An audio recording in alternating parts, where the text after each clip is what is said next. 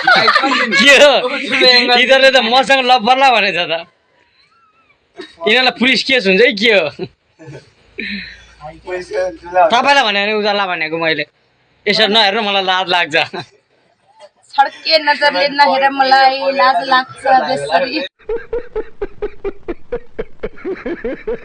आहा आहा आहा ल यति भन्दा दर्शकबिनलाई नमस्ते भनिदिनु अब छोड्दिनु भनेर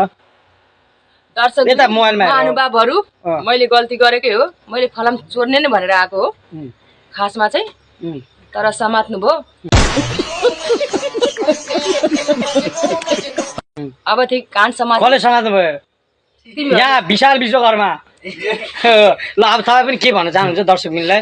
मेरो बुढीलाई आन्टीले समात्नु हो आन्टी आन्टी यहाँ हुनु न यहाँ अन्टाहरू छ आन्टी आन्टी यहाँ हुनु न यहाँ अन्टाहरू छ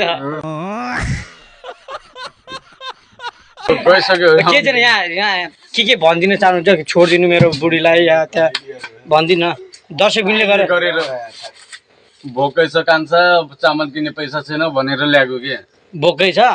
अनि तपाईँले पैसा माग्न आएको भए हामी दिइहाल्छ नि देऊ नि त